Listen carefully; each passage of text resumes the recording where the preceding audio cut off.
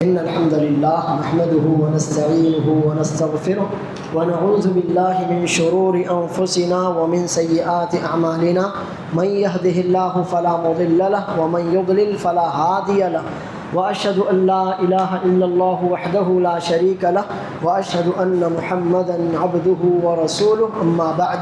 محترم حاضرین، بزرگوں، نوجوانوں، معصوم بچوں اور قابل قدر پردہ نشین ماؤں، بہنوں اور بیٹیوں، الحمدللہ ہمارا یہ جو سلسلہ وار درس ہے اللہ کے فضل اور کرم سے اس کی 2 نشستیں اللہ کے فضل و توفیق اور پھر آپ لوگوں کے تعاون سے مکمل ہوئیں، اور الحمدللہ ظہر کے پہلے کی دونوں نشستوں میں ہم نے نواقض الاسلام، اسلام کو باطل کرنے اور اس برائی کو کرنے والے کو دائرہ اسلام سے خارج کر دینے والی برائیوں اور گناہوں میں سے ہم نے 6 گناہ اور 6 برائیوں کو قرآن اور سنت کی روشنی میں اچھی طرح سے جان اور سمجھ لیا ہے.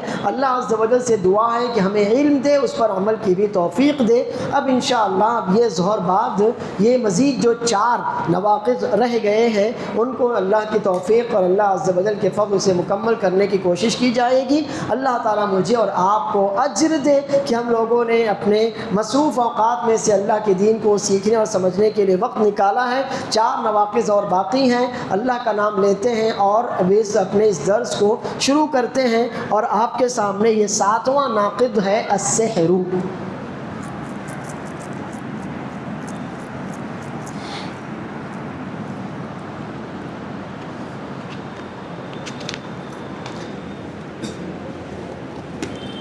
سحر کا مطلب ہوتا ہے جادو.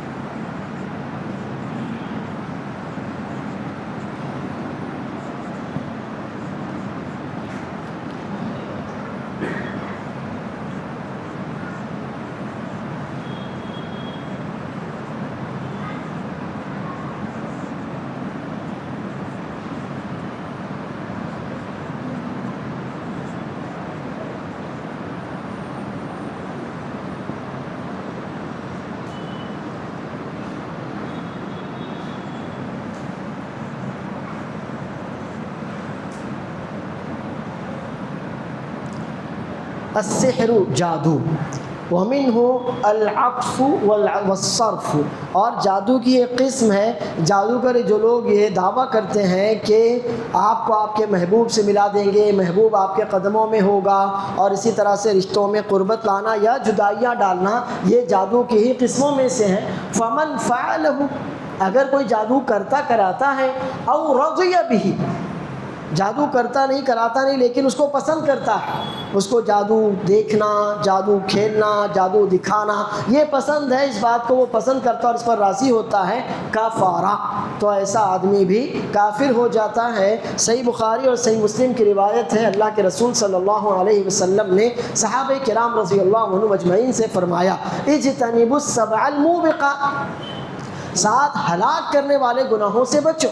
صحابہ کرام نے پوچھا، وما ہن یا رسول اللہ، اللہ کے رسول صلی اللہ علیہ وسلم وہ کون سے بڑے گناہ ہیں جو بڑے ہیں اور ساتھ میں بندے کو ہلاک کروا دیتے ہیں، ہلاک کر ڈالتے ہیں؟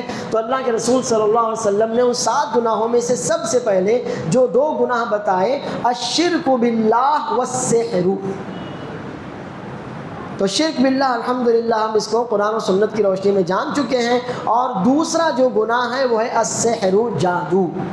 جادو کفر ہے، اور اس کی دلیل قرآن کریم کی آیت ہے، وَاتَّبَعُوا مَا تَتْلُو الشَّيَاطِينُ عَلَى مُلْكِ سُلَيْمَانَ وَمَا كَفَرَ سُلَيْمَانُ وَلَكِنَّ الشَّيَاطِينَ كَفَرُوا يُعَلِّمُونَ النَّاسَ السِّحْرَ وَمَا أُنزِلَ عَلَى الْمَلَكَيْنِ بِبَابِلَ هَارُوتَ وَمَارُوتَ وَمَا يُعَلِّمَانِ مِنْ أَحَدٍ حَتَّى يَقُولَا إِنَّمَا نَحْنُ فِتْنَةٌ فَلَا تَكْفُرْ وَيَتَعَلَّمُونَ مِنْهُمَا مَا يُفَرِّقُونَ بِهِ بَيْنَ الْمَرْءِ وَزَوْجِهِ وما هم بضارين به من أحد إلا بإذن الله ويتعلمون ما يضرهم ولا ينفعهم ولقد علموا لمن اشتراه ما له في الآخرة من خلاق وَلَبِئْسَ مَا كَانُوا يَفْعَلُونَ.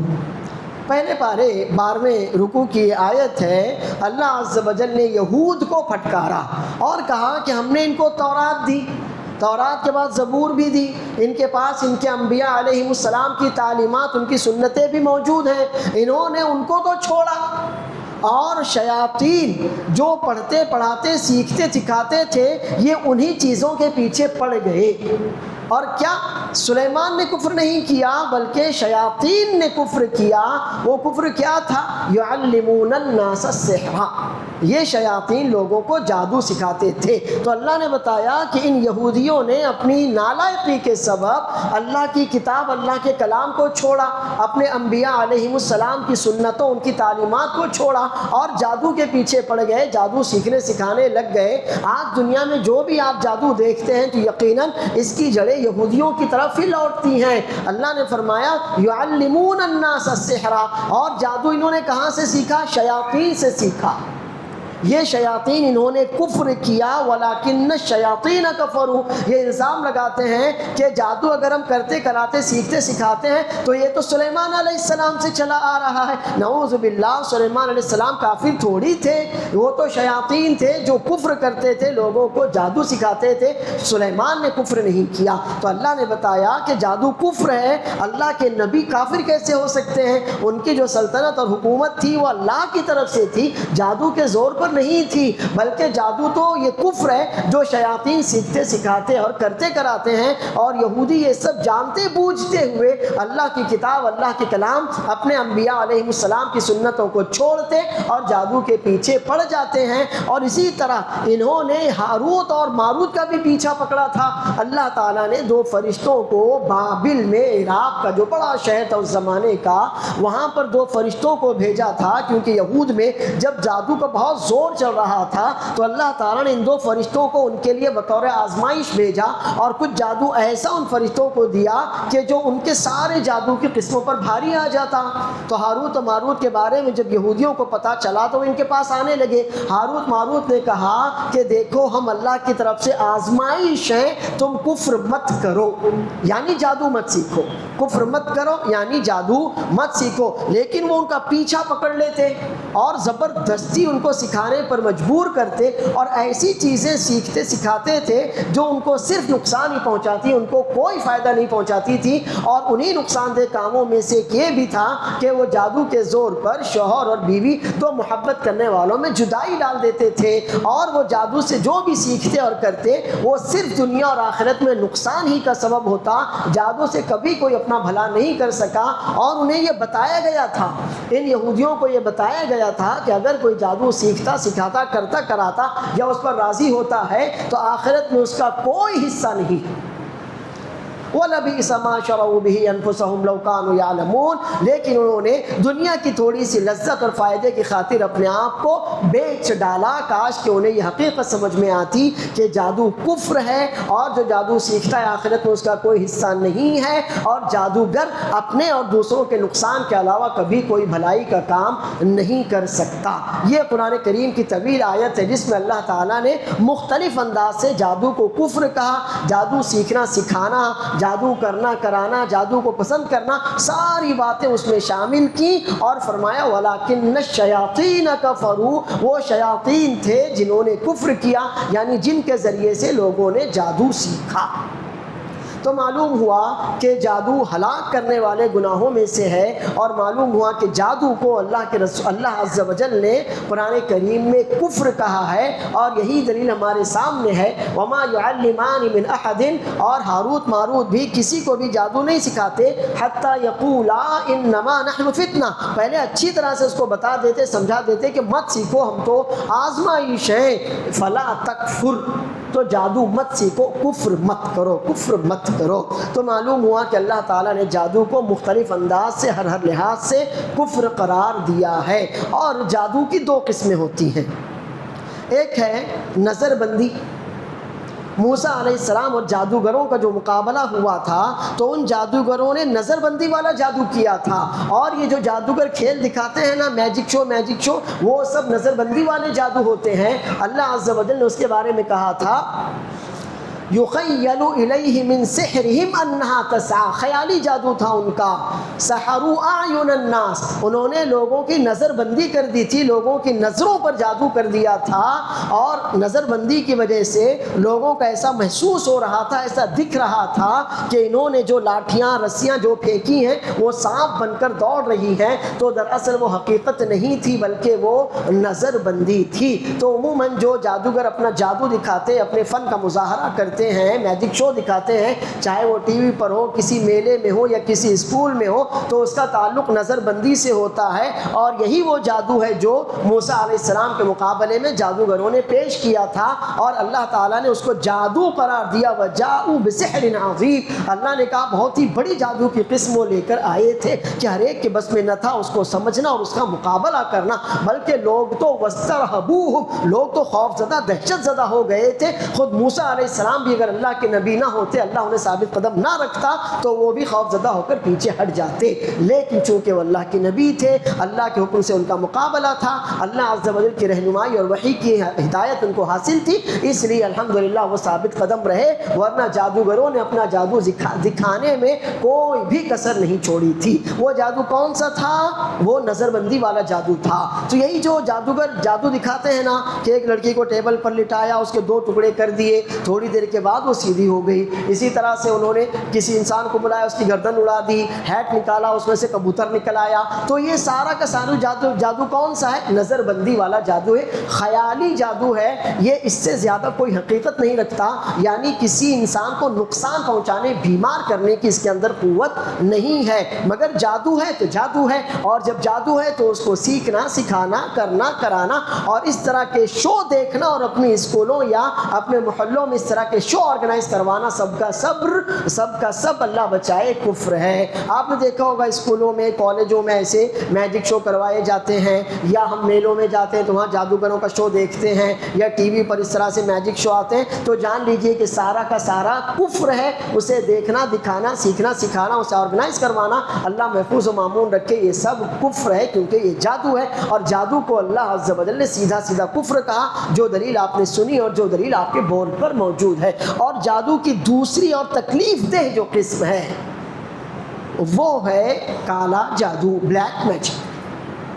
اس کو کالا کیوں کہتے ہیں؟ گورا کیوں نہیں کہتے؟ لال کیوں نہیں کہتے؟ تو کالے کا مطلب ہوتا ہے، ہماری اردو زبان میں جو کالا ہے وہ برے کے لیے استعمال ہوتا ہے. کہتے ہیں نا بری نظر والے تیرا منہ گورا، گورا نہیں بولتے، کالا بولتے ہیں. تو کالے کا مطلب کیا ہے؟ یعنی برا، نحوست والا. تو کالا جادو کا مطلب ہے ایسا جادو جو نقصان دہ ہو، نحوست والا ہو، برا ہو، تکلیف دہ ہو، یہ اس کا مطلب ہوتا ہے کالا جادو. اور یہ جو جادو ہوتا ہے یہ شیطان کی عبادت کیے بغیر نہیں آتا. اگر میں آپ کو بتاؤں کہ جادوگر، اللہ بچائے ہر مسلمان کو محفوظ و معمون رکھے جادو کرنے کیے جانے سے، اللہ ہماری اور ہماری نسلوں کی اللہ عز و جل حفاظت فرمائے، اور جو لوگ مبتلا ہیں اللہ تعالیٰ ان کو صحت دے، شفا دے، جلد سے جلد اللہ تعالیٰ انہیں جادو کے زور سے نجات اور آزادی عطا فرمائے، آمین. جادوگر جو جادو سیکھتے ہیں وہ عمل ان کا سیکھنے والا اتنا گندا اور کریہ ہوتا ہے کہ آپ کو گھن آ جائے، آپ الٹی کر دیں.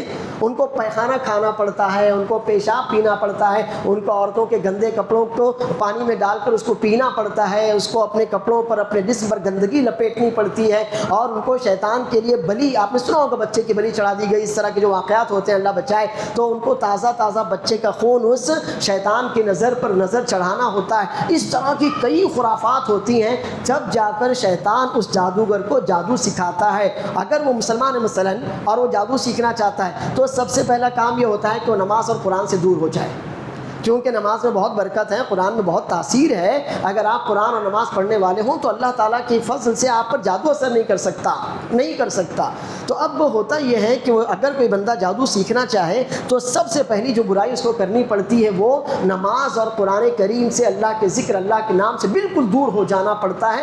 بلکہ ان کو برا کہنا ضروری ہو جاتا ہے کہ وہ کفر کرے اللہ کو، اللہ کے نبی صلی اللہ علیہ وسلم کو، قرآن کو، عبادات کو، اور گالیاں دے، برا کہے، جو آپ سمجھ سکتے ہوں، گالیاں دینا پڑتی. اور اس طرح کی جو خرافات، گندی چیزیں کھانا، گندی چیزیں پینا، گندی چیزیں اپنے جسم پر ملنا اور شیطان کے لیے بلی چڑھانا، یہ ساری خرافات کرنی پڑتی ہیں. اور پھر شیطان کی پوجا کرنی پڑتی ہے، ہڈیوں کے ذریعے، کھوپڑیوں کے ذریعے، راکھ کے ذریعے، ایسی چیزوں کے ذریعے آگ جلا کر شیطان کی پوجا کرنی پڑتی ہے. اس میں آپ نے کبھی محسوس کیا ہوگا کہ جادوگر کے یہاں آگ کی بہت زیادہ اہمیت ہے اور خون کی، کیونکہ شیطان آگ سے بنا ہے.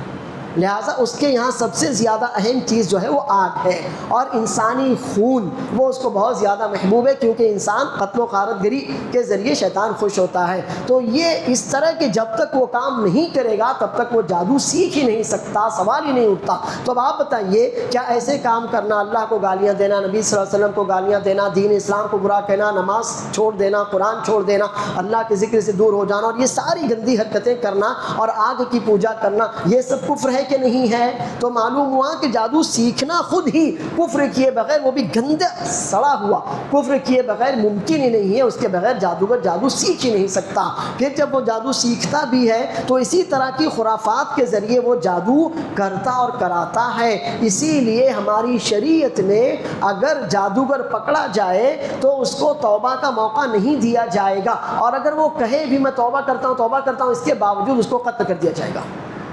ایک آدمی مثلا مان لو اسے شرک کر لیا، کفر کر لیا، اور پھر آپ نے اس کو پکڑا، اس نے کہا میں توبہ کرتا ہوں، اس کی توبہ قبول کی جا سکتی ہے۔ لیکن اگر آپ نے جادوگر کو پکڑ لیا، اب وہ لاکھ کہے میں معافی مانگتا ہوں، میں توبہ کرتا ہوں، مجھے چھوڑ دو، مجھے جانے دو، میں اللہ سے معافی مانگتا ہوں، آئندہ میں جادو نہیں کروں گا، میں جادو کرنے والوں کا ساتھ نہیں دوں گا، جو بھی کسی بھی صورت میں نہ اس کی توبہ قبول کی جائے گی، نہ اس کو معاف کیا جائے گا، بلکہ صاف صاف حکم یہی ہے کہ اس کو قتل کر دیا جائے گا۔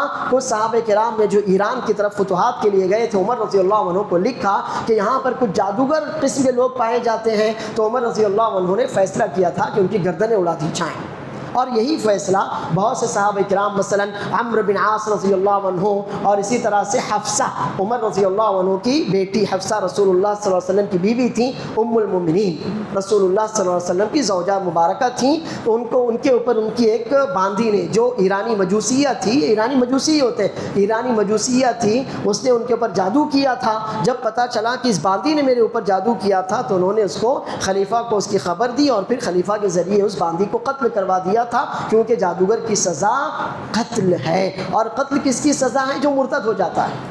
تو گویا جادوگر جادو سیکھنے، سکھانے، کرنے، کرانے یا اس پر راضی رہنے کی وجہ سے کافر ہو جاتا ہے، اور جب وہ کافر ہو گیا تو اس کی سزا قتل ہے، اور ایسا قتل ہے کہ اس کو توبہ کا موقع نہیں دیا جائے گا۔ لاکھ بار وہ درخواستیں کرے کہ مجھے معاف کر دو، میں توبہ کرتا ہوں، لیکن اس کی توبہ اللہ قبول کرنا چاہے، اللہ کی مرضی، لیکن بندوں کو یہ اجازت نہیں ہے کہ وہ اس کی توبہ قبول کرے، کیونکہ میں نے آپ کو بتایا کہ جادوگر جس طرح کے اعمال کر کے جادو سیکھتا ہے، اب ان کو چھوڑنا اور پلٹ کر آنا اس کے لیے پاسبل نہیں ہے، ایک چیز۔ دوسری چیز یہ ہے کہ ٹھیک ہے اس نے ابھی توبہ بھی کر لی، لیکن تھوڑے دنوں کے بعد اگر اس کا دل پھر گیا تب آپ کہاں جائیں گے؟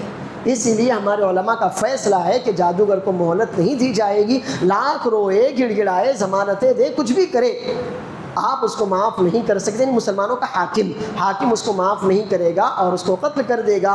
رہا مسئلہ اس کی توبہ کا، اگر وہ توبہ میں سچا تھا تو معاملہ اللہ کے حوالے ہے، اللہ عز و جل اگر معاف کرنا چاہے تو اس کی مرضی، مگر دنیا میں اس کو معاف نہیں کیا جا سکتا۔ تو یہ جادو ہے۔ تو جادو دونوں ہی شکلوں میں، چاہے وہ نظر بندی والا جادو جو موسیٰ علیہ السلام کے مقابلے میں جادوگروں نے کیا تھا، جو میجک شو ہم دیکھتے دکھاتے، وہ بھی جادو ہے، اس کا سیکھنا، سکھانا، کرنا، کرانا اور اس پر راضی رہنا، اس کو پسند کرنا، یہ سب کا سب کفر ہے۔ اور چاہے دوسرا جادو ہو یعنی بلیک میجک، کہ جس کے ذریعے جادوگر گھر توڑوا دیتا ہے، میاں بیوی کے درمیان جدائی ڈال دیتا ہے، جو کہ یہود یہ کام کیا کرتے تھے کہ وَيَفَرِّقُونَ بِهِ بَيْنَ الْمَرْءِ وَزَوْجِهِ، وہ جادو کے زور پر شوہر اور بیوی کو ایک دوسرے سے جدا کر دیتے تھے، اور شوہر اور بیوی کو جدا کرنا یہ کام شیطان کو انتہائی محبوب اور اللہ کو انتہائی ناپسند ہے۔ صحیح مسلم کی روایت ہے، اللہ کے رسول صلی اللہ علیہ وسلم فرماتے ہیں کہ شیطان اپنے چیلوں کو بھیجتا ہے، شام ہوتے ہی وہ اپنا تخت سمندر پر لگاتا ہے پانی پر، اور اپنے چیلوں کو بھیجتا ہے کہ جاؤ کام کر کے لاؤ، میرے پاس آنا، رپورٹ دینا۔ تو الگ الگ چیلے الگ الگ کام کر کے اس کے پاس آتے ہیں، تو اس کی نظروں میں سب سے زیادہ قابل ترین چیلا اس کا وہ ہوتا ہے جو کسی میاں اور بیوی میں تفریق ڈال دیتا ہے۔ اسی لیے اللہ نے یہ کہا کہ یہ لوگ وہ جادو سیکھتے تھے جس کے ذریعے سے وہ لوگوں کو نقصان پہنچاتے تھے، اور پھر نقصان کی ایک ہی شکل ذکر کی، یفرقون به بین المرء وزوجہ، کہ شوہر اور بیوی کے درمیان وہ جدائی ڈال دیتے تھے۔ تو شوہر اور بیوی کا جدا ہونا دراصل ایک مرد اور ایک عورت کا جدا ہونا نہیں، بلکہ اس کے ذریعے دو خاندان جدا ہو جاتے ہیں، جہاں محبت تھی وہاں نفرت، دشمنی ہو جاتی ہے، اور جو بچے ان کے تھے ان بچوں کا حال اور مستقبل خراب ہو جاتا ہے۔ تو چونکہ میاں اور بیوی کی جدائی میں نسلوں کی خرابی اور نقصان پوشیدہ ہے، اس لیے شیطان کو یہ کام بہت محبوب ہے، اور عام طور سے جادوگروں کا جادو اسی ایک مدعے پر رہتا ہے، ورنہ اس کے علاوہ کسی کی شادی میں رکاوٹ ہو یا کسی کے کاروبار کی بندش ہو، کئی طرح کے جادوگر یہ جادو کرتے ہیں۔ تو کسی بھی قسم کا جادو ہو، اگر وہ لوگوں کو نقصان پہنچانے والا ہے تو وہ کسی بھی صورت میں جائز نہیں ہے، اور جادوگر اس کے علاوہ کوئی جادو کر ہی نہیں سکتا۔ یعنی کوئی جادوگر آپ کے سامنے آ جائے اور وہ یہ کہے کہ میں آپ کے قبیلے کا بھلا کرنا چاہتا ہوں، تو وہ جھوٹا ہے، کیونکہ اللہ نے صاف کہا کہ یہ لوگ وَيَتَعَلَّمُونَ مِنْهُمَا مَا يَضُرُّهُمْ وَلَا يَنْفَعُهُمْ، ایسی چیزیں سیکھتے تھے جو صرف نقصان دہ ہوتی، یہ کبھی کسی کو فائدہ نہیں پہنچا سکتے۔ تو جان لیجئے کہ جادو میں سراسر نقصان ہی ہے، اس میں کسی طرح کا کوئی فائدہ نہیں۔ جادوگر خود اپنی ذات کا بھلا نہیں کر سکتا، وہ کسی اور کا بھی بھلا ہرگز نہیں کر سکتا۔ تو یہ جادو ہے۔ اب اگر کوئی جادو کرتا ہے، چاہے اس کی کوئی بھی قسم ہو، وہ میاں بیوی کو ایک دوسرے کے قریب لانے والا ہو یا ایک دوسرے سے دور کرنے والا ہو، کسی بھی طرح کا اگر وہ جادو کراتا ہے یا اس پر راضی ہوتا ہے، کافارہ، تو ایسا آدمی کافر ہو جاتا ہے، اور جادوگر کو توبہ کی مہلت نہیں دی جائے گی۔ وہ توبہ کرے تو اس کا اور اللہ کا معاملہ ہے، لیکن اس کی سزا قتل ہے، اس کی توبہ دنیا میں قبول نہیں ہوگی۔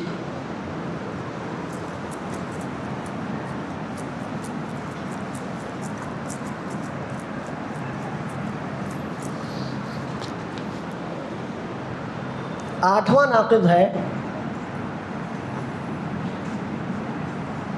مظاہرۃ المشرکین ومعاونتهم علی المسلمین۔ اللہ فرماتا ہے وَمَن يَتَوَلَّهُم مِّنكُمْ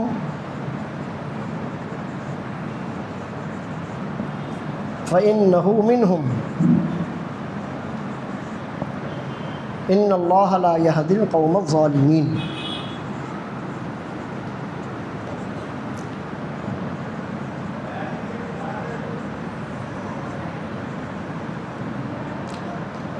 مظاہرۃ المشرکین، مشرکوں کی مدد کرنا، ان کا ساتھ دینا، ان کی ہمت بڑھانا، ان کی کوانٹٹی بڑھانا، وہ معاونتہم علی المسلمین، اور ان کا ساتھ دینا مسلمانوں کے خلاف۔ ایک تو یہ ہوتا ہے کہ ایک مشرک پریشان ہے، ہم اس کی مدد کر دیں، اس میں مسئلہ نہیں ہے۔ اللہ فرماتا ہے لا ينهاكم الله عن الذين لم يقاتلوكم في الدين ولم يخرجوكم من دياركم ان تبروهم وتقسطوا اليهم ان الله يحب المقسطين۔ وہ مشرکین، وہ کافرین جنہوں نے تم پر ظلم نہیں کیا، دین کے معاملے میں تم سے جنگ نہیں کی، تم پر زور زبردستی نہیں کی، تمہیں تمہارے گھروں سے نہیں نکالا، بلکہ نیوٹرل رہتے ہیں، تو اللہ تعالیٰ تمہیں ان کے ساتھ حسن سلوک کرنے، انصاف کا معاملہ کرنے، ان کا ساتھ دینے یا مدد کرنے سے منع نہیں کرتا، بلکہ تو انصاف کی بات ہے کہ وہ بھی انسان ہے، آپ ان کے ساتھ معاشرے میں بھلے طریقے سے رہیے، اور اللہ تعالیٰ انصاف کرنے والوں کو پسند کرتا ہے، اس میں حرج نہیں۔ حرج کیا ہے؟ انما ینہاکم اللہ عن الذین قاتلوکم فی الدین واخرجوکم من دیارکم وظاہروا علی اخراجکم۔ اللہ عز و جل تمہیں ان مشرکوں کے ساتھ رحم دلی کرنے، نرمی کرنے، ان کا ساتھ دینے، ان کی مدد کرنے سے منع کرتا ہے جو دین میں تمہارے دشمن ہیں، اور دین کی وجہ سے وہ دشمنی نبھاتے ہیں، تمہیں تمہارے گھروں سے نکالتے ہیں، تمہاری جان مال عزتوں پر حملے کرتے ہیں، ایسے مشرکوں کے ساتھ تم کسی بھی طرح کی بھلائی مت کرو، اللہ تم کو اس سے منع کرتا ہے۔ اسی طرح اللہ فرماتا ہے یا ایھا الذین آمنوا لا تتخذوا عدوی وعدوکم اولیاء تلقون الیہم بالمودۃ وقد کفروا بما جاءکم من الحق یخرجون الرسول وایاکم ان تؤمنوا باللہ ربکم۔ اے مومنو، اللہ کے دشمنوں اور اپنے دشمنوں کو اپنا دوست، اپنا سرپرست، اپنا مددگار، اپنا جگری یار مت بناؤ۔ تم ان سے دوستی کی پینگیں بڑھاتے ہو، وہ تو تمہارے لیے اپنے دلوں میں بغض اور نفرت رکھتے ہیں، اور تم کو تمہارے گھروں سے نکالتے بھی ہیں، اور اس معاملے میں دوسروں کی مدد بھی کرتے ہیں۔ جب کہ تمہارے پاس حق آ گیا تو وہ تمہارے نہیں بلکہ حق کے دشمن ہیں، اس اعتبار سے وہ اللہ کے بھی دشمن ہیں، تو اللہ کے دشمنوں کے ساتھ دوستی اور یاری کی پینگیں مت بڑھاؤ۔ اللہ فرماتا ہے یا ایھا الذین آمنوا لا تتخذوا اليہود والنصارى اولیاء بعضهم اولیاء بعض ومن یتولہم منکم فانہ منہم ان اللہ لا یہدی القوم الظالمین۔ اے مومنو، یہود اور نصارہ کو اپنا سرپرست، اپنا جگری دوست، اپنا مددگار مت بناؤ۔ وہ آپس میں ایک دوسرے کے مددگار ہیں، کوئی بھی معاملہ ہوگا وہ تم کو چھوڑیں گے، ایک دوسرے کا ساتھ دیں گے۔ اور یہ آپ ہمیشہ دیکھ سکتے ہیں، آپ کسی ایرانی، مجوسی، کسی شیعہ، کسی رافضی سے کتنے ہی پینگے بڑھا لو، جب بھی موقع آئے گا وہ یہود اور نصارہ کا ہی ساتھ دیں گے، آپ کو ہی نقصان پہنچائیں گے۔ تو اللہ فرماتا ہے یہود اور نصارہ سے دوستی کی پینگے، یاریاں مت بڑھاؤ، وہ آپس میں ایک دوسرے کے سرپرست، ایک دوسرے کے مددگار ہیں۔ اب ہم نے تم کو واضح طور پر ہدایت دے دی، نصیحت کر دی، اس کے باوجود اگر تم میں سے کوئی ان کی سرپرستی میں جاتا ہے، ان سے دوستی اور یاری بڑھاتا، ان کو اپنا جگری یار سمجھتا ہے، تو وہ انہی میں سے مانا جائے گا۔ اور ایسے لوگ ظالم ہیں، یعنی انہی میں سے ہیں، یہود اور نصرانی والا ان کا حکم ہے، اور اللہ تعالیٰ ایسے ظالموں کو ہدایت نہیں دیتا۔ اللہ فرماتا ہے یا ایھا الذین آمنوا لا تتخذوا الذین اتخذوا دینکم ہزوا ولعبا من الذین اوتوا الکتاب من قبلکم والکفار اولیاء بعضهم اولیاء بعض۔ اے مومنو، یہ لوگ جنہوں نے تمہارے دین کو مذاق بنا رکھا ہے، اور جب تم اللہ کے گھروں میں آنے کے لیے، نماز کے لیے آواز لگاتے، اذان دیتے ہو، تو یہ تمہاری اذان پر بھی طنز کرتے اور تمہاری اذان کا مذاق اڑاتے اور اسے بند کرنے کی کوششوں میں لگے رہتے ہیں۔ ایسے یہودی، نصرانی اور کافر، تینوں کے نام اللہ نے لیے، ایسے لوگوں سے دوستی کی پینگیں ہرگز مت بڑھاؤ، وہ سب آپس میں ایک دوسرے کے ساتھ ہے۔ تو یہودی ہو، نصرانی ہو، کسی بھی طرح کے کافر ہو، جب بھی بات آئے گی مسلم کی تو وہ آپ کے خلاف ہی ہیں، چاہے لاکھ آپ نے اپنا خون ان کو پلا دیا ہو، ہر صورت میں وہ آپ کے خلاف دشمنی ہی نبھانے والے ہیں۔ تو ایک تو یہ ہے کہ اللہ تعالیٰ نے ہم کو ان سے جگری دوستی کرنے سے منع کیا، یہ بڑا گناہ اگر کوئی کرتا ہے، اور اگر کوئی مسلمانوں کے خلاف ان کی مدد کرتا ہے تو یہ گناہ در گناہ ہے۔ اور ایسا گناہ کون کرتا تھا؟ منافق کرتے تھے۔ ایسا گناہ کون کرتا تھا؟ منافق کرتے تھے، کہ جب بھی مسلمان اور یہودیوں میں کوئی مسئلہ ہو جاتا، یہ چپکے چپکے یہودیوں کے پاس جاتے اور کہتے ہم تو تمہارے ساتھ ہیں، گھبراؤ مت، اگر جنگ کی نوبت آئے گی تو ہم تمہارا ساتھ دیں گے۔ اور ایسا ہی ہوتا رہا جب تک یہ لوگ رہے، انہوں نے مسلمانوں کو ہمیشہ تکلیفیں پہنچائیں اور یہود کا، نصارہ کا ساتھ دیا، اور اس کے بعد سے یہ کام اب رافضی کرتے چلے آ رہے ہیں۔ یہ ہمیشہ ہر زمانے میں، ہر دور میں مسلمانوں کو تکلیف پہنچاتے اور ہمارے مقابلے میں غیروں کا ساتھ دیتے ہیں۔ آپ میر جعفر کی تاریخ دیکھ لیجئے، میر صادق کی تاریخ دیکھ لیجئے، ٹیپو سلطان کی تاریخ دیکھ لیجئے، ہلاکو خان کی تاریخ دیکھ لیجئے، عثمان رضی اللہ عنہ کی سیرت تاریخ دیکھ لیجئے۔ غرض جہاں بھی آپ جائیں گے آپ کو پتہ چلے گا کہ ہمیں یہود و نصارہ نے کم اور ان رافضیوں نے زیادہ نقصان پہنچایا ہے۔ تو آپ اللہ عز و جل کا ڈر رکھیے، اور کسی بھی صورت میں کسی بھی رافضی کو اپنے سے قریب مت کیجئے۔ یہ ایسے چھپے ہوئے دشمن ہیں کہ جو ظاہری اور باطنی ہر اعتبار سے آپ کے خلاف ہیں، اور یہ ہمیشہ جب بھی کوئی مسئلہ موقع آتا ہے یہ آپ کے دشمنوں کی مدد آپ کے خلاف کرتے ہیں۔ اللہ عز و جل نے ہم کو اسی بات سے خبردار کر دیا اور یہ بتایا کہ ایسے کافروں سے جگری دوستی ہرگز مت کرو۔ آپ کہیں ہمارے تعلقات ہیں، لین دین ہے، تو اللہ نے کب منع کیا اس سے؟ وہ آیت تو ہم نے آپ کو پہلے ہی بتا دی کہ جن لوگوں نے دین کے نام پر آپ سے جنگ نہیں کی، وہ نیوٹرل رہتے ہیں، تو ان کے ساتھ اٹھنا بیٹھنا ہو، یا ان کے ساتھ کھان پان ہو، یا ان کے ساتھ ایک انسانی حیثیت سے تعلقات ہو، یا کاروبار اور لین دین ہو، تو اس میں کوئی فرق نہیں پڑتا، یہ تو آپ بے شک کر سکتے ہیں۔ لیکن جگری دوستی کہ مسلمانوں کے راز ان کو بتا دینا، اور مسلمانوں سے زیادہ ان پر بھروسہ کرنا، اور مسلمانوں کے مقابلے میں ان کی مدد کرنا، یا مسلمانوں کے خلاف ان کے لیے جاسوسی کرنا، تو پھر یہ کفر ہے۔ اللہ عز و جل نے یہی فرمایا وَمَن يَتَوَلَّهُم مِّنكُمْ فَإِنَّهُ مِنكُمْ۔ اگر آپ ان سے جگری دوستی کرتے ہیں، اپنے دین والوں کو نقصان پہنچانے کے لیے ان کی مدد کرتے ہیں، اپنے خلاف ان کے لیے جاسوسی کرتے ہیں، ان کے اس طرح کام آتے ہیں کہ آپ کے دین کو اور آپ کے دین والوں کو وہ نقصان پہنچائیں، تو پھر آپ بھی انہی میں سے مانے جائیں گے، یعنی وہ کافر ہے تو آپ بھی اللہ بچائے کافر ہو جائیں گے۔ تو یہ بڑا جرم ہے کہ کوئی آدمی اپنے آپ کو مسلمان کہے اور پھر مسلمانوں کے خلاف کافروں کا اور یہود و نصارہ کا ساتھ دے، بلکہ یہ سیدھا سیدھا کفر ہے۔ اللہ ہم کو اس سے محفوظ رکھے۔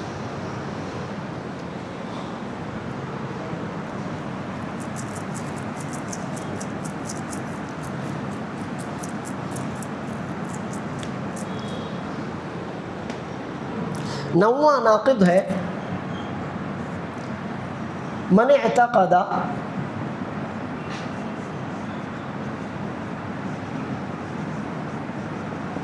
ان بعض الناس یسعه الخروج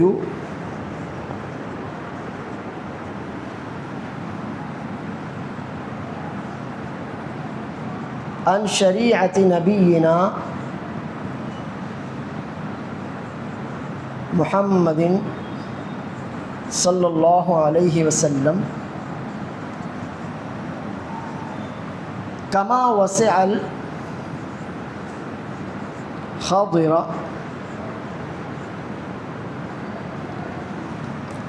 الخروج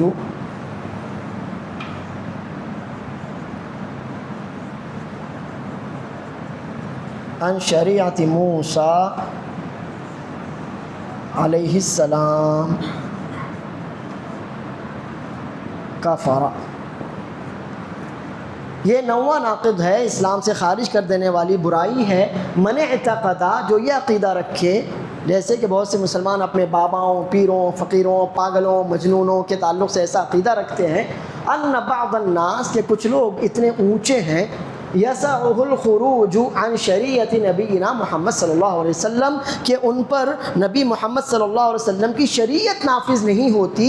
شریعت کے کسی کام کو ماننا اور نہ ماننا ان کی مرضی ہے، شریعت ان پر لاگو نہیں ہوتی. وہ کسی حکم کو مانے ٹھیک نہ مانے کوئی فرق نہیں پڑتا، ہمارے نبی محمد صلی اللہ علیہ وسلم کی شریعت سے وہ اوپر ہیں. دلیل کیا دیتے ہیں؟ کما وسع الخضر الخروج عن شریعت موسیٰ علیہ السلام، جیسے خضر علیہ السلام بھی موسیٰ علیہ السلام کی شریعت کے پابند نہیں تھے. یہ ان کی دلیل ہے. تو اگر ایسا کوئی عقیدہ رکھتا ہے تو وہ کافر. کیوں؟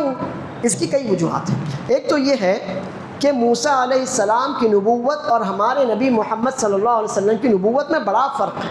موسیٰ علیہ السلام صرف ایک قوم کے نبی تھے، اسی لیے موسیٰ علیہ السلام کی دعوت پڑھیے، وَإِذْ قَالَ مُوسَىٰ لِقَوْمِهِ وَإِذْ قَالَ مُوسَىٰ لِقَوْمِهِ، پہلے پارے سے پڑھتے چلے جائیے، 28ویں پارے تک پڑھتے ہی چلے جائیے. موسیٰ علیہ السلام نے کہا اپنی قوم سے، موسیٰ علیہ السلام نے کہا اپنی قوم سے.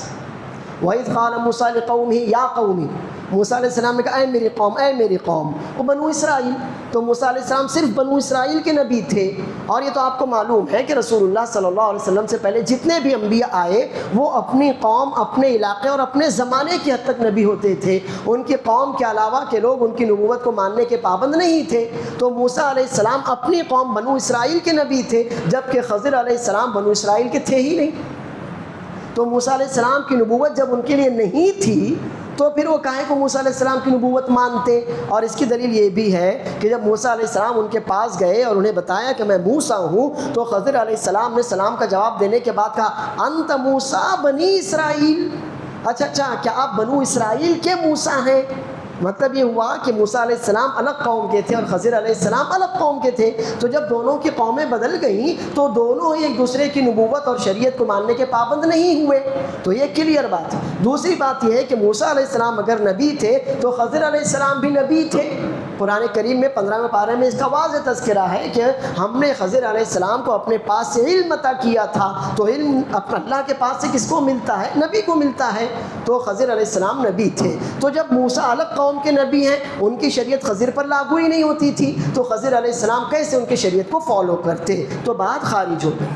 اب رہا مسئلہ کہ کیا ہمارے اس دنیا میں ایسا کوئی شخص ہے کہ جو نبی صلی اللہ علیہ وسلم کے دین سے باہر ہو سکتا ہو، اس پر شریعت لاگو نہ ہو سکتی ہو؟ ہم کہیں گے جی نہیں، اس لیے کہ رسول اللہ صلی اللہ علیہ وسلم کا تعلق قیامت تک آنے والے تمام کالے، گورے، عربی، عجمی، جاہل، پڑھے لکھے تمام لوگوں سے ہے.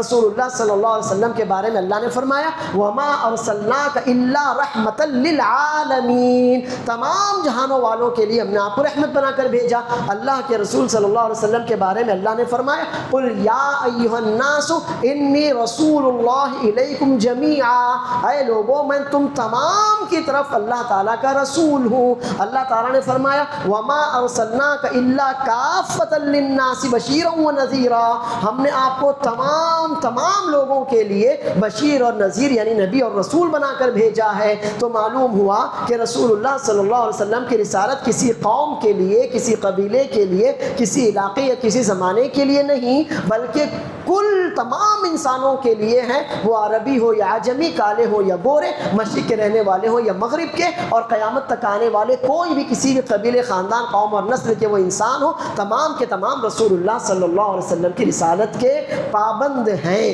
اور خود اللہ کے رسول صلی اللہ علیہ وسلم بھی فرماتے ہیں والذی نفس محمد بیدہ لا يسمع بی احد من هذه الامة یہودی ولا نصرانی ثم لم یؤمن بالذی ارسلت به الا کان من اصحاب النار۔ اس ذات کی قسم جس کے ہاتھ میں میری جان ہے، کوئی بھی شخص ہو، یہودی ہو یا نصرانی ہو، کسی بھی نبی اور رسول کو ماننے والا ہو، اگر اسے میری نبوت اور میرے نبی اور رسول بن کر آئے جانے کا علم ہو جائے تو لازم ہوگا کہ وہ اس پر ایمان لائے۔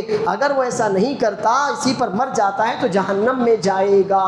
تو معلوم ہوا کہ رسول اللہ صلی اللہ علیہ وسلم کی نبوت اور رسالت تمام انسانوں کو شامل ہے، ہر علاقے، ہر زمانے والوں کو شامل ہے، کوئی بھی شخص اس سے باہر نہیں ہو سکتا۔ لہٰذا اب ہم جاہل مسلمانوں میں سے جو لوگ یہ سمجھتے ہیں کہ ان کے بابا کی کوئی خصوصیت ہے، نماز ان پر فرض نہیں، وہ جیسے چاہیں پڑھ لیں، خواب میں پڑھ لیں، نیند میں پڑھ لیں، باتھ روم میں پڑھ لیں، بیڈ پر پڑھ لیں، خواب میں پڑھ لیں، جو بھی پڑھ لیں، تو جان لیجیے کہ ایسا کرنے والا بھی کافر ہے، اور اس کے تعلق سے ایسا عقیدہ رکھنے والا بھی کافر ہے۔ رسول اللہ صلی اللہ علیہ وسلم کی شریعت ہر ایک کے لیے برابر ہے، کسی کو اس میں کوئی امتیازی خصوصیت نہیں ہے۔ اگر ہم اور آپ مرد ہیں، ہمارے اوپر مسجد میں آ کر باجماعت نماز پڑھنا فرض ہے، تو ان کا بابا پیر فقیر جو بھی ہوگا وہ بھی اگر مرد ہے تو اس کے اوپر بھی مسجد میں نماز آ کر پڑھنا فرض ہے۔ رسول اللہ صلی اللہ علیہ وسلم پر یہ فرض تھا، صحابہ کرام پر فرض تھا، تو ان سے بڑا ولی، ان سے بڑا نیک کون ہو سکتا ہے؟ تو اگر کوئی بھی بابا، کوئی بھی پیر فقیر، کوئی بھی مجاور، کوئی بھی سجادہ نشین، کوئی بھی قبر پرست، پیر پرست، درگاہ پرست ایسا کچھ عقیدہ رکھتا ہے کہ اس کے بابا، اس کے پیر، اس کے جو بھی ہیں، وہ ان کے اوپر شریعت لاگو نہیں ہوتی، ان کے روزے تو اللہ کے لیے اور ان کی نمازیں ایسی ہیں، تو جان لیجئے کہ یہ بغاوت ہے۔ ایسا عقیدہ رکھنے والا اپنے بارے میں رکھے، کسی کے بارے میں بھی رکھے، تو وہ کافر ہے۔ اللہ کے رسول صلی اللہ علیہ وسلم کی شریعت کے دائرے سے کوئی بھی باہر نہیں ہو سکتا، حتیٰ کہ عیسیٰ علیہ السلام بھی آئیں گے تو وہ رسول اللہ صلی اللہ علیہ وسلم کی شریعت کی ہی اتباع کریں گے۔ اور موسیٰ علیہ السلام کے بارے میں بھی اللہ کے رسول صلی اللہ علیہ وسلم نے فرمایا لو کان موسیٰ حیا لما وسعہ الا اتباعی، اگر موسیٰ علیہ السلام بھی زندہ ہو کر آ جائیں تو ان کو میری ہی اتباع کرنی پڑے گی۔ تو اگر اس کے برخلاف کوئی عقیدہ رکھتا ہے اور دلیل دیتا ہے خضر علیہ السلام کی، خضر ہر طرح پڑھ سکتے ہیں، تو جان لیجئے کہ ایسا آدمی کافر ہے، وہ کفر کرتا ہے۔ آخری اور 10واں ناقص،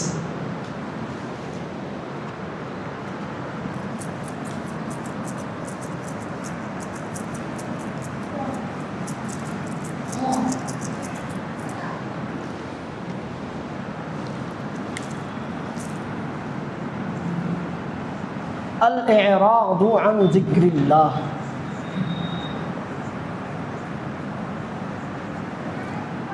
لا يتعلمه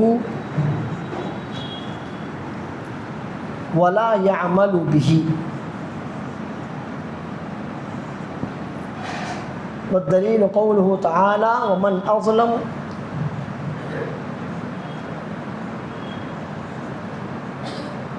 ممن ذکر بآیات ربه ثم اعرض عنها انا من المجرمین منتقمون۔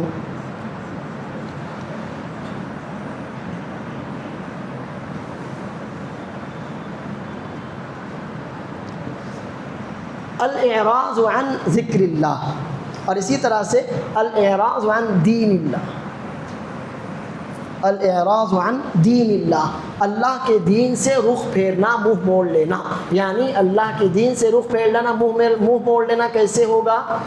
اللہ کے دین سے رخ پھیرنا، منہ موڑنا ایسے ہوگا لا یتعلمہ، آدمی علم حاصل نہ کرے، ولا یعمل بہ، اور جو کچھ بھی اس کو اس کے باپ دادا نے یا گھر والوں نے یا اس کے امام صاحب وغیرہ جس نے بھی سکھایا تھا وہ اس پر عمل بھی نہ کرے، جو کچھ سیکھا تھا بچپن میں جب بھی وہ اس پر عمل نہ کرے، اور آگے چل کر جب ضرورت پڑی علم کی تو شریعت کا علم بھی حاصل نہ کرے۔ ایسے بہت سے لوگ آپ نے دیکھے ہوں گے، خاص طور پر جو ایک ہائی کلاس سوسائٹی اپنے آپ کو سمجھتے ہیں، سمجھاتے ہیں نا میں بہت اونچی سوسائٹی کا ہوں، وہاں پر نہیں، وہاں پر داڑھی نہیں چلتی، وہاں پر روزہ نہیں چلتا، وہاں پر نماز نہیں چلتی. ایسے لوگ جو اس ٹائپ کے ہوتے ہیں نا، اب آپ ان کو انٹلیکچوئل کہیں یا دنیا پرست کہیں یا ملحد کہیں، کہ یہ وہ لوگ ہیں جو اپنے آپ کی مسلمان شناخت بھی نہیں بتاتے.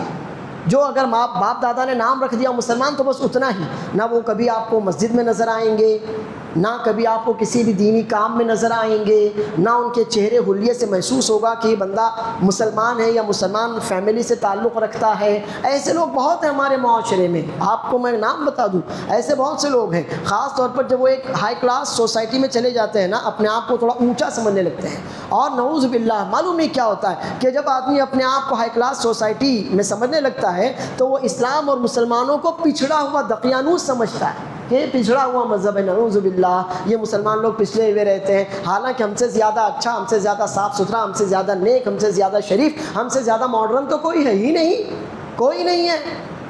اب یہ وہ لوگ ہوتے ہیں کہ جو اپنے آپ کو ہائی کلاس سوسائٹی کا فرد بتانے کے لیے اپنی مسلم شناخت بھی چھپاتے ہیں.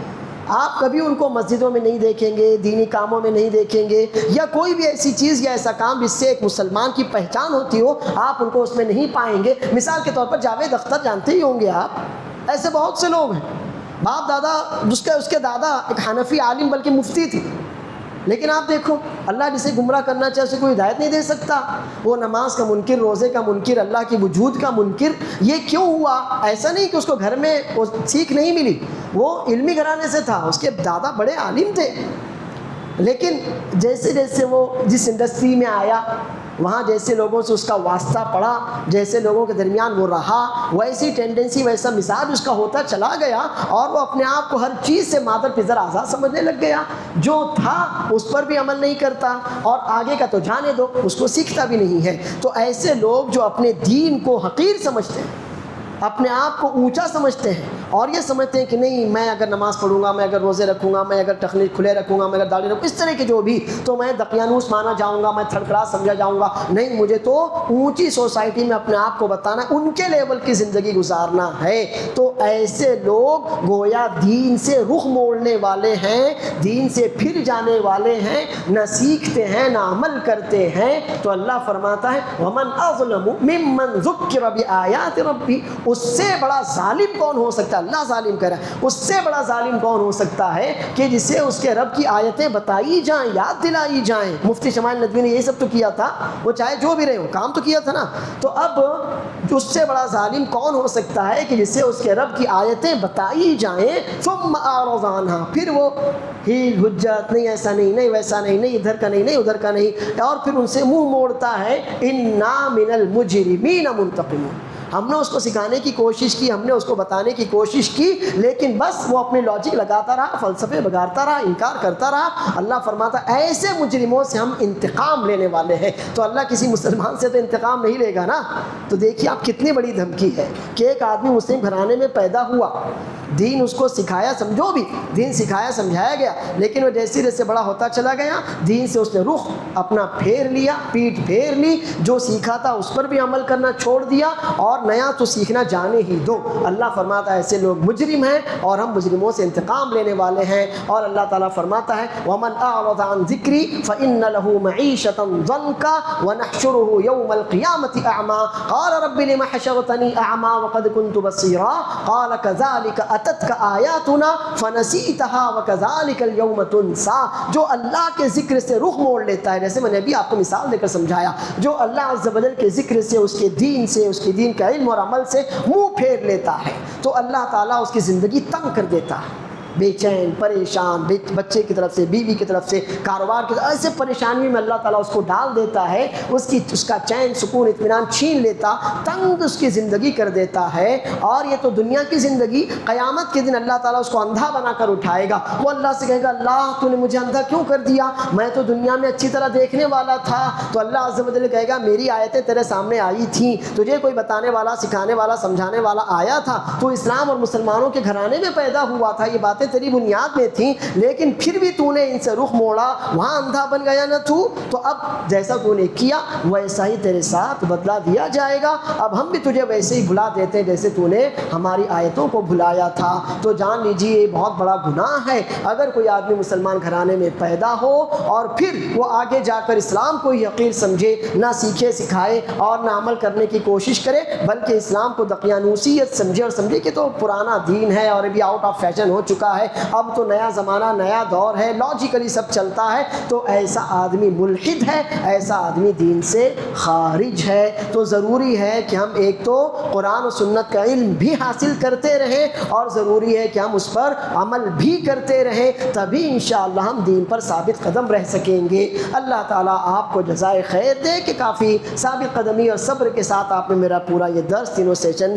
میں شریک ہوئے اور اس کو سنا، اور اللہ تعالیٰ کے فضل سے الحمدللہ ہم نے 10 ناقض اسلام کو برباد کرنے والے یا ایک مسلمان کو دین سے باہر کر دینے والے 10 کے 10 باطل اعمال، کفریہ اور شرکیہ اعمال کو ہم نے قرآن و سنت کی روشنی میں سنا، سیکھا اور سمجھا۔ اللہ تعالیٰ سے یہ دعا ہے کہ ہمیں اپنے دین پر، ایمان پر، توحید پر ثابت قدمی عطا فرمائے، ہم کو، ہمارے والدین، ہماری اولاد کو، ہر مسلمان کو اللہ عز و جل ایمان کی توفیق دے، اسلام پر، اپنے دین پر ثابت قدمی عطا فرمائے، کفر سے، الحاد سے، شرک اور نفاق سے، بد اعمالی، بد کرداری، بد اخلاقی سے اللہ عز و جل ہم سب کو محفوظ و معمون رکھے۔ جو کچھ ہم نے پڑھا اور سیکھا اللہ تعالی ہم کو اس پر عمل بھی کرنے اور اس علم اور عمل کو دوسروں تک پہنچانے کی توفیق اور سعادت سے بھی نوازے، ہمیں اپنے والدین کے لیے اور ہماری اولاد کو ہمارے لیے آنکھوں کی ٹھنڈک اور سینے کا نور بنائے، آمین۔ وآخر دعوانا الحمدللہ رب العالمین۔ الحمدللہ یہ ہمارا درس مکمل ہوا، یہ جو چھوٹا سا رسالہ تھا نواقض الاسلام، اللہ کے فضل سے ہم نے اسے پورا کر لیا۔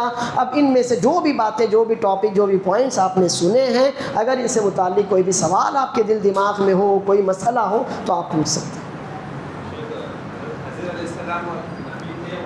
خضر علیہ السلام نبی تھے جیسے کہ ہم نے آپ کو بتایا، وَآتَيْنَاهُ مِن لَدُنَّا عِلْمًا 15ویں پارے میں ہے کہ اللہ فرماتا ہے ہم نے ان کو اپنی طرف سے علم عطا کیا تھا، اور اللہ اپنی طرف سے علم کس کو دیتا ہے؟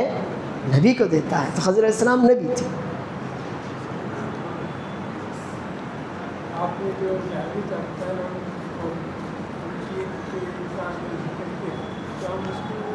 دیکھ کر اس کو شیئر کر سکتے ہیں کیا؟ بحث جی جی بالکل،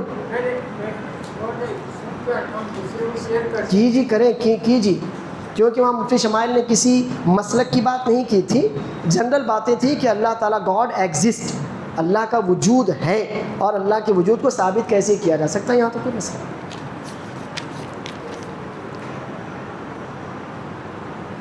کیا نبی صلی اللہ علیہ وسلم کا وسیلہ لیا جا سکتا ہے؟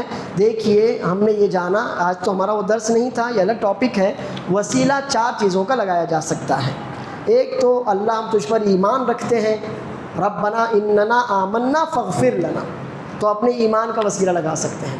اسی طرح دوسرا وسیلہ اللہ تعالیٰ کے اسماء حسنہ اور صفات کا، اللہ تو جاننے والا ہے، میری تکلیف کو تو جانتا ہے، اللہ تو سننے والا ہے، میری دعا تو سنتا ہے، اللہ تو رزاق ہے، مجھے رزق دے، اللہ تو غفور ہے، مجھے بخش دے، تو اللہ کے اسماء و صفات کا وسیلہ ہم لگا سکتے ہیں۔ تیسرا، ہم نے کوئی نیک عمل کیا ہو، جیسے 3 لوگ غار میں پھنس گئے تھے، انہوں نے اپنے اپنے نیک عمل کا واسطہ دیا تھا، تو کوئی نیک عمل ہم نے اللہ کے لیے کیا ہو تو اللہ سے وسیلہ لگا سکتے ہیں کہ اللہ میں نے وہ فلاں نیک عمل تیرے ہی لیے کیا تھا، اللہ تو اس نیک عمل کو قبول کر کے میرا فلاں فلاں کام کروا دے۔ اور چوتھا ہے، ہم کسی بھی نیک بندہ جو آدمی نیک ہو، جس کو ہم نیک سمجھتے ہو واقعی، تو اس سے جا کر کہہ سکتے ہیں کہ آپ ہمارے لیے اللہ سے دعا کر دیجئے، بشرطے کہ وہ زندہ ہو۔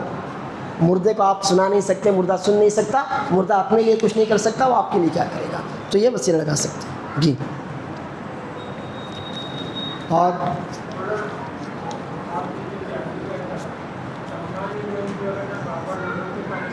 جی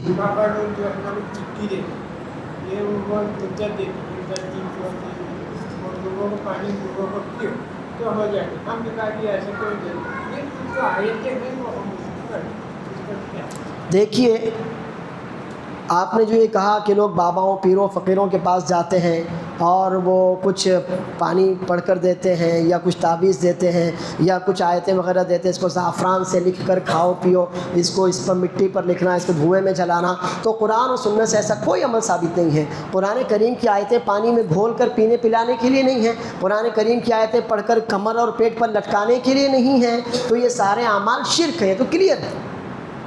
من تعلق تمیمۃ فقد اشرک، جو بھی تعویذ گنڈے لٹکاتا ہے چاہے کسی بھی چیز کا ہو، قرآن کریم کی آیتیں یہاں لٹکانے کے لیے ہیں، کمر پر باندھنے کے لیے، نعوذ باللہ، جلا کر اس کا پانی پھونکنے کے لیے، جی نہیں، یہ شرک ہے۔ اللہ محفوظ۔ جی زور سے بولو۔ مسلمان کے خلاف جو مشرکین کی مدد کرتا ہے تو اس حساب سے شیعہ اور روافض ہیں، ان کے اوپر یہی حکم۔ بالکل، وہ تو ویسے بھی خارج ہے، رافضی تو ویسے بھی خارج ہے، وہ جو ابو بکر کو کافر بولے وہ مسلمان ہے، وہ تو ویسے بھی خارج ہے، خارجوں سے زیادہ خارج ہے، ان کا کوئی ذکر ہی نہیں ہے، سوائے اخوانی اور تحریکیوں کے کوئی ان کو مسلمان نہیں سمجھتا، اور اخوانیوں کی ان سے چونکہ رشتہ داری ہے نا، اس لیے۔ کس پہ؟ وہ خود ہی سمجھ لیں، ہم قرآن کی آیت پڑھتے ختم، وہ اپنے اوپر خود ہی حکم لگاتے، وَمَن يَتَوَلَّهُم مِّنكُمْ فَإِنَّهُ مِنْهُمْ، آپ قرآن کی آیت پڑھ دیجیے، بات ختم۔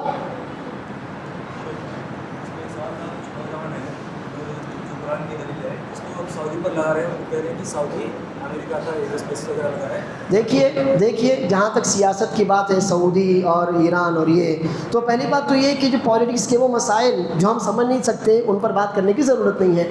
دوسری بات یہ کہ جتنا زیادہ جھوٹ پالیٹکس میں بولا جاتا ہے، شیطان بھی نہیں بولتا، یعنی اگر شیطان کو اور کسی پالیٹیشین کو آمنے سامنے کیا جائے تو شیطان ہار جائے گا، تو پھر ایسے مسائل میں آپ نہ بولے تو بہتر ہے۔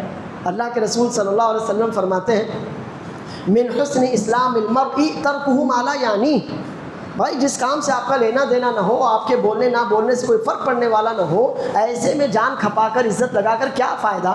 آپ اگر اچھے مسلمان ہیں تو آپ کو ایسے معاملات میں دخل دینے کی ضرورت نہیں ہے۔ آپ بتائیے، آپ سعودیہ کو برا بولیں گے تو آپ کو جو وہاں کا ہے ٹرمپ، وہ اپنا سیکریٹری بنا لے گا، آپ ٹرمپ کو گالیاں دیں گے تو آپ نیکسٹ پی ایم بننے والے ہیں، تو فائدہ کیا ہے؟